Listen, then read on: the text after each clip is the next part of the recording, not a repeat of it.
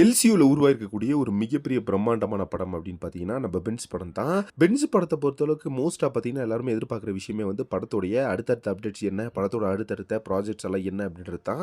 So இப்போ வரைக்குமே பார்த்தீங்கன்னா, படத்தோட ஷூட்டிங் வந்து ஆல்மோஸ்ட் கம்ப்ளீட் ஆகுற ஸ்டேஜ் ஆயிருச்சு. ஸோ ரீசென்ட்டா தான் பார்த்தீங்கன்னா, டிசி படத்தோடைய ஷூட்டிங் முடிஞ்சிருச்சு அப்படின்ற மாரி அனௌன்ஸ்மென்ட்டே பார்த்தீங்கன்னா, புரொடக்ஷன் சைட்லருந்து குடுத்தாங்க.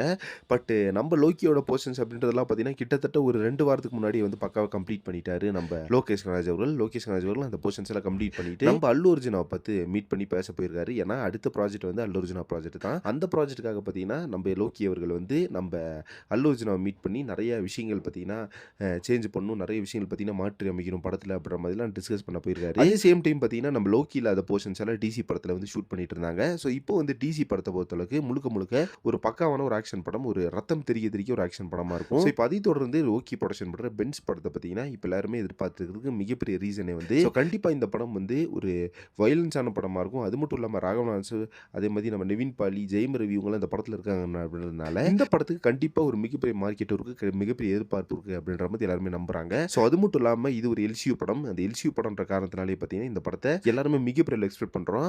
ஸோ சீக்கிரமே பார்த்தீங்கன்னா, பென்ஸ் படத்துலருந்து ஏதாச்சும் ஒரு வெறித்தனமான அப்டேட் வரும். அது மட்டும் இல்லாம பென்ஸ் படத்த பொறுத்த அளவுக்கு இது வந்து ஒரு இல்லீகல் ரோட் ஆக்ஷன் படம் அப்படின்றது எல்லாத்துக்குமே தெரியும்.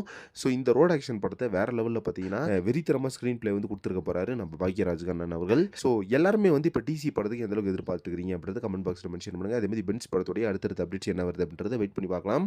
சினிமா ரிலேட்டடான இன்ட்ரெஸ்டிங்கான தகவல் சேனல மறக்காம சப்ஸ்கிரைப் பண்ணிருங்க.